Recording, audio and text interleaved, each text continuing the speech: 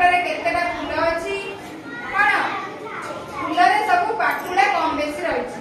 କୋଉ ଫୁଲରେ କେତୋଟି ପାଖୁଡା ଅଛି ଗଣିବା ଆଉ ସଂଖ୍ୟା ଗୁଡ଼ିକ ଏକରେ କଣ କରିବା ଲେଖିବା। ପ୍ରଥମ ଫୁଲରେ ଦେଖିବା କେତୋଟି ପାଖୁଡା ଅଛି।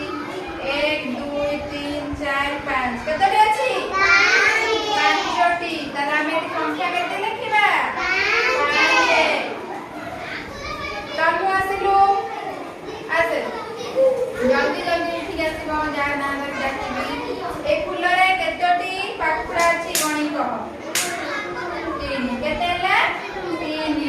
ତାହେଲେ ଏଠି କେତେ ଲେଖିବ? 3। Very good. Yes yes Rudra ए फुलरे केतोटी पाखुडा अछि गणिबो। 4 केते ना 4 ताले हम लिखिले 4। चंदू आसो न्या केतोटी पाखुडा अछि गणिबो। 2 केते लिखिलो? 2 बड़ कर लिखिबो जेंति समस्ते देखि पारिबे। जानि पारलो पाखुडा गणी की संख्या लिखिबा हैला।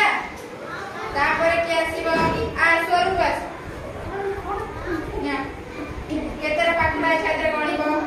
2 3 4 5 6 केते ना 6 ताले केते लिखिबा 6 बुझिला। मामुनी आसे ए फुलरे केतोटी पाखुडा अछि। ए फुलरे केतोटी पाखुडा अछि? ए जेमतिले गणिले 1 2 3 4 5 6 6टी पाखुडा लादरे केतोटी अछि? गोटी अछि। दियो एडा ना गोटीए पाखुडा हैला। तारे एडी संख्या हम केते